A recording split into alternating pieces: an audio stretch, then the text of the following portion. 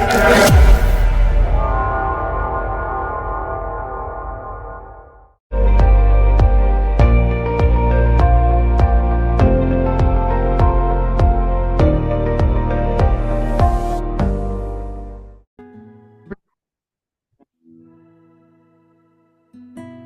selamat pagi. Saudara yang diberkati oleh Tuhan Yesus Kristus. Apa kabar hari ini? Saudara, tetap semangat, saudara. Tetap semangat, tetap bersyukur. Firman Tuhan berkata bahwa kita harus mengucap syukur di dalam segala hal. Sebab itu yang dikehendaki Tuhan dalam kehidupan kita. Saudara, awali segala sesuatu dengan mengucap syukur. Sebab pemberian terbaik kita kepada Tuhan itu tidak ada yang lain selain mengucap syukur. Karena kita tidak mengerti jalan hidup kita, seringkali masa depan ketika kita tidak tahu, kita bersungut, kita sedih, kita kecewa, kita takut. Seolah-olah Tuhan itu tidak ada. Ketika Tuhan berjanji kepada Abraham dan Sarah bahwa mereka akan diberkati menjadi satu bangsa yang besar, saat mereka tidak punya anak, itu tidak mudah untuk percaya. Tetapi Tuhan datang berulang kali untuk meneguhkan janjinya pada mereka. Dan mereka sempat menggunakan kekuatan sendiri untuk menggenapi janji Tuhan, yaitu dengan menghadirkan Hagar. Lahirlah Ismail.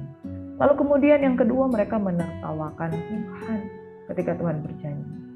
Saudara, ketika kita tidak tahu jalan hidup kita, seringkali kita melakukan hal-hal yang salah, yaitu hidup tanpa iman. Orang yang hidupnya tanpa iman itu tidak berkenan kepada Tuhan. Kita akan belajar tentang iman yang memberikan kekuatan dalam kehidupan kita, supaya kita tahu bahwa masa depan kita sungguh ada, hari depan kita tidak akan hilang. Amin. Mari saudara yang diberkati, kita akan merenungkan firman Tuhan sebelumnya kita berdoa. Terima kasih Bapa Kekal Raja Damai, Allah yang penuh dengan kuasa. Segala puji, hormat, kemuliaan bagi nama Tuhan. Kami mengucap syukur buat pagi hari ini, kami bangun dengan tubuh yang sehat diberkati untuk mendapatkan kekuatan baru dan mendapatkan pertolongan Tuhan tepat pada waktunya. Hari ini ketika kami mendengarkan firman Tuhan, kuatkan dan teguhkan hati kami. Tuhan sudah dekat. Dalam nama Yesus, Engkau memberkati kehidupan kami. Telinga, mata, hati, rohani kami Engkau berkati. Sehingga ketika kami mendengarkan firman Tuhan, maka iman kami menjadi teguh. Kami tidak akan menjadi lemah, kami tidak akan menjadi jatuh sampai tergeletak. Tetapi orang yang benar itu akan hidup oleh iman. Dalam nama Yesus kami bersyukur. Haleluya. Amin. Firman Tuhan yang terambil dari Roma 5 ayat 1 hingga ayat 11, demikian firman Tuhan. Sebab itu, kita yang dibenarkan karena iman, kita hidup dalam damai sejahtera dengan Allah oleh karena Tuhan kita Yesus Kristus. Oleh Dia kita juga beroleh jalan masuk. Oleh iman kepada kasih karunia ini. Di dalam kasih karunia ini kita berdiri dan kita bermegah dalam pengharapan akan menerima kemuliaan. Dan bukan hanya itu saja, kita malah bermegah juga dalam kesengsaraan kita, karena kita tahu bahwa kesengsaraan itu menimbulkan ketekunan, dan ketekunan menimbulkan tahan uji, dan tahan uji menimbulkan pengharapan. Dan pengharapan tidak mengecewakan, karena kasih Allah telah dicurahkan di dalam hati kita oleh Roh Kudus yang telah dikaruniakan kepada kita. Karena waktu kita masih lemah, Kristus telah mati untuk kita orang-orang durhaka pada waktu yang ditentukan oleh Allah. Sebab tidak mudah seorang mau mati untuk orang yang benar, tetapi mungkin untuk orang yang baik ada orang yang berani mati. Akan tetapi Allah menunjukkan kasih-Nya kepada kita oleh karena Kristus telah mati untuk kita ketika kita masih berdosa. Lebih-lebih karena kita sekarang telah dibenarkan oleh darah-Nya, kita masih akan diselamatkan dari murka Allah. Sebab jikalau kita, karena ketika kita masih perlu diperdamaikan dengan Allah oleh kematian anaknya, lebih-lebih kita yang sekarang telah diperdamaikan pasti akan diselamatkan oleh hidupnya. Dan bukan hanya itu saja, kita malah bermegah dalam Allah oleh Yesus Kristus Tuhan kita, sebab oleh Dia kita telah menerima pendamaian.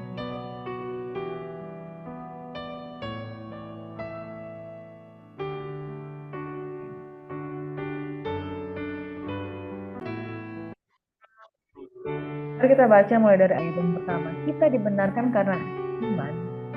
Orang yang dibenarkan karena iman itu pasti hidup dalam damai sejahtera. Hidup dalam damai sejahtera karena kita benar baik. Karena kita sudah dibenarkan. Kalau kita masih belum dibenarkan, kita masih hidup di dalam dosa. Masih hidup di dalam dosa, hidup dalam perseteruan. Hidup di dalam permusuhan. Hidup seperti Adam dan Hawa pada waktu diusir dari Taman Eden. Tapi karena dibenarkan karena iman, maka damai sejahtera itu terwujud antara kita dengan Allah. Oleh karena bukan kuat dan gagah kita, saudara, tapi oleh Tuhan Yesus Kristus. Oleh Yesus, oleh Dia kita juga beroleh jalan masuk dengan iman kita kepada Tuhan. Kita beroleh jalan masuk kepada kasih karunia. Jadi menuju pada kasih karunia butuh yang namanya iman. Butuh yang namanya iman. Iman ini berdiri atas dasar Kristus. Dalam kasih karunia ini kita berdiri dan kita bermegah dalam pengharapan. Jadi saudara, urutannya adalah Yesus mati dulu. Kita percaya Dia dengan iman. Maka kita beroleh pada kasih karunia. Yesus adalah jalan. Yesus adalah jalan, kebenaran, dan hidup. Barang siapa percaya kepadanya, ia akan beroleh selamat. Tanpa Yesus, tanpa iman, tanpa percaya, gak ada itu jalan kepada kasih karunia. Akibat dari kasih karunia ini, kita boleh bermegah dalam pengharapan. Ibarat kata Tuhan sudah memberikan janjinya, kita tinggal pegang dan kita tinggal menunggu waktu penggenapan itu untuk menerima apa, saudara? Kemuliaan Allah. Makanya apa yang kita alami sekarang ini, yaitu kesengsaraan yang sifatnya sementara ini, ketika ada pengharapan bahwa Tuhan akan menyelamatkan kita, pengharapan itu menghasilkan ketekunan di tengah-tengah kita. Karena kita bertekun, maka jadilah pribadi yang tahan uji. Tahan uji itu menimbulkan pengharapan. Makanya saudaraku yang diberkati, orang-orang yang hidup imannya bertumbuh, pasti karena dia sudah mampu bertahan dalam kesengsaraan. Dan iman yang tahan uji dan tidak sembarangan meninggalkan iman. Pengharapan tidak mengecewakan karena kasih Allah telah dicurahkan dalam hati kita oleh Roh Kudus yang telah dikaruniakan kepada kita. Saudara, kemarin saya mendengarkan satu kesaksian yang saya nonton dari sosial media. Singkat sekali, saking singkatnya itu tidak dituliskan siapa yang bersaksi itu. Dia adalah seorang yang awalnya dia adalah seorang wanita yang indigo. Pada waktu dia menjadi seorang wanita yang indigo, dia mendapatkan satu vision dia ketemu dengan seorang yang disebut Mahaguru. Orang yang disebut Mahaguru banyak orang tua, orang hebat, tapi ternyata itu adalah antek-anteknya ibu, Mahaguru. Lalu di belakang Mahaguru itu ada satu picture, ada satu foto yang kecil, tapi itu adalah wajah. Di dalam penglihatan itu dia melihat Mahaguru, di belakangnya ada foto Tuhan Yesus. Foto Tuhan Yesus itu lagi. Lalu dia berkata seperti ini, Mahaguru, kamu tahu siapa foto yang ada di belakangmu? Ya pasti tahu. Semua orang tahu foto itu siapa. Dia adalah Mahaguru itu tidak menyebutkan namanya. Semua orang tahu itu siapa. Dia tidak berani menyebutkan namanya. Semua orang mengenal dia. Lalu perempuan ini berkata, untung saya tanya kepada Mahaguru. Lalu dia tanya, kamu berani nggak sama orang itu? Mahaguru bilang begini, Mahaguru yang tanda kutip ya, dia adalah antek-anteknya iblis. Semua orang takut kepada dia. Siapa yang nggak takut kepada dia? Semua orang takut kepada dia. Dan itu dialami waktu dia masih indigo, dia belum bertobat. Waktu dia bertobat, perempuan ini dia tahu bahwa ternyata itu adalah Tuhan Yesus. Waktu itu dia bilang, saya nangis, saya terharu. Ternyata waktu saya masih indigo, waktu itu belum mengenal Tuhan, Tuhan sudah menunjukkan kepada saya bahwa iblis pun takut kepada Tuhan. Firman Tuhan itu mengatakan, iblis saja gemetar kepada Tuhan. Jangan sampai kita, orang-orang yang tidak percaya itu tidak takut kepada Tuhan. Saudara, kita beroleh jalan masuk kepada Tuhan. Itu dengan iblis saja ternyata ketika mendengar nama Yesus, mereka tidak bisa menyembuhkannya. Mereka cuma bilang orang itu. Semua mengenal orang itu. Siapa yang bisa takut kepadanya? Saudara, strata iblis itu jauh sekali di bawah dari Tuhan Yesus. Tapi kadang-kala kenapa kita takut dengan iblis? Kenapa kita takut dengan cara-caranya iblis yang menjebak kita di dalam rupa-rupa penipuan, pembohongan, dan lain-lain? Bapak Ibu yang diberkati oleh Tuhan Yesus, kita sudah hidup oleh iman. Dan kita yang percaya oleh ketekunan itu menimbulkan tahan uji. Saudara, iblis pun mengakibatkan penyimpangan di dalam kehidupan kita. Tapi orang-orang yang bertahan dalam pengharapan, dia akan bertahan di dalam ujian. Pengharapan tidak mengecewakan karena Allah telah berkata kita oleh Roh Kudus yang telah dikaruniakan kita, oleh Roh Kudus yang telah dikaruniakan kita. Kalau kita tidak mengalami Allah, jangan-jangan Roh Kudus yang dikaruniakan kita kena. Karena waktu kita masih lemah, Yesus telah mati untuk kita, orang-orang berdosa. Saudara, tidak dikatakan di sini orang-orang berdosa, orang-orang yang meninggalkan Tuhan, tapi orang-orang Kayaknya bahasa ini jauh lebih kasar ya daripada sekedar orang berdosa. Orang-orang durhaka itu sudah sangat meninggalkan Tuhan. Dan kita termasuk di antaranya. Waktu kita masih lemah, waktu kita masih durhaka, waktu kita masih dikuasai dosa, Yesus sudah memberikan nyawanya untuk kita. Betapa luar biasa kasih Allah di dalam kita. Iblis saja takut kepada nama itu. Siapa yang tak takut kepada Yesus? Tapi manusia karena tidak mengenal Tuhan, tidak takut kepada Kristus, tidak takut akan Tuhan. Sebab tidak mudah seorang mau mati untuk orang yang benar, tapi mungkin untuk orang yang baik ada orang yang berani mati. Tapi Yesus mati bagi kita, menyerahkan nyawanya untuk kita. Akan tetapi dalam dan kasihnya kepada kita oleh karena Kristus telah mati untuk kita ketika kita masih berdosa. Jadi kita sekarang telah dimakan darahnya, kita pasti akan diselamatkan oleh Tuhan. Sebab kalau kita ketika masih seteru, masih punya Tuhan, masih belum berdamai, masih anak-anak jahat, kita diperdamaikan oleh dan anaknya. Lebih-lebih kita yang sekarang telah diperdamaikan. Kita saja yang masih seteru, damaikan apalagi yang sudah didamaikan. Gak ada keraguan bahwa kita pasti akan oleh Tuhan. Bukan hanya kita saat tanya saja kita telah dalam oleh Tuhan kita, sebab oleh Dia kita telah menerima Tuhan. Percaya dengan iman, jaga itu semua. Terima kemuliaan Allah. Kita bermegah sekalipun hari ini kesengsaraan meliput kita. Karena saudara itu terjadi hari-hari ini. Nah, kebijakan ekonomi dunia yang berdampak terhadap ekonomi Indonesia.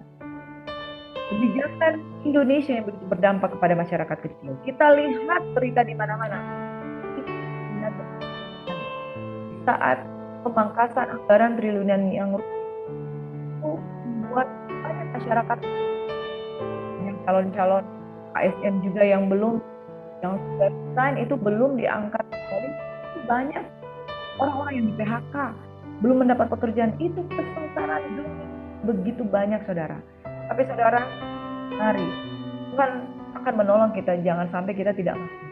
Sampai hari ini saya percaya engkau masih bisa mampu, karena Tuhan punya banyak cara untuk menolong menyerang kesengsaraan yang kita pilih. Hanya ada pengharapan akan menerima kemuliaan Allah. Sedangkan kita masih durhaka saja Tuhan sudah memberikan nyawa. Apalagi kita yang sudah ada di dalam Tuhan, yang sudah diperdamaikan. Masa untuk makan minum saja Tuhan tidak akan menyediakan? Pasti engkau akan diselamatkan. Apapun pekerjaanmu, engkau sudah resign, engkau kehilangan pekerjaan, hari ini engkau dapat kehidupan. Engkau akan menerima sesuatu yang lebih baik daripada apa yang engkau terima sebelumnya. Tapi bertahanlah. Saudara bayangkan, Rasul Paulus itu dimasukkan ke dalam penjara. Dari satu penjara, dari satu kota kepada kota yang lain. Dan jika dia tidak khawatir dan dia tetap menjalani hidupnya dengan iman, dia bisa makan kok, saudara. Bahkan dia masih bisa punya pekerjaan. Ya, saudaraku yang diberkati, dia tinggal di rumahnya sendiri dan orang-orang bisa datang berkunjung kepada dia. Dan dia luar biasa. Dia punya banyak cara untuk memelihara. Ya, saudaraku yang diberkati, Yusuf dia dibuang ke sumur, pergi, dia kemudian dijual sebagai budak. Tapi yang dijual sebagai budak ini masih bisa bertahan hidup. Ketika dia sakit di rumah Potifar diberkati. Dia ada di sana, dia difitnah lalu masuk dalam penjara, masih juga bisa hidup. Kenapa di penjara dia dikasih makan? Saudara, apalagi engkau tidak masuk ke dalam penjara, engkau tidak masuk ke dalam sumur. Masa Tuhan tidak akan memelihara engkau dalam kesengsaraan? Karena kita tahu bahwa kesengsaraan itu ketekunan untuk berharap, ketekunan untuk berdoa, ketekunan untuk menanti-nantikan Tuhan, ketekunan untuk percaya firman yang memberikan saya kekuatan. Dari mana saudara tahu firman Tuhan memberikan kekuatan? Daripada dari saat kita menjadi lemah, lalu kita memegang satu-satunya yang bisa memberikan seperti itu. Pada saat itulah kita percaya.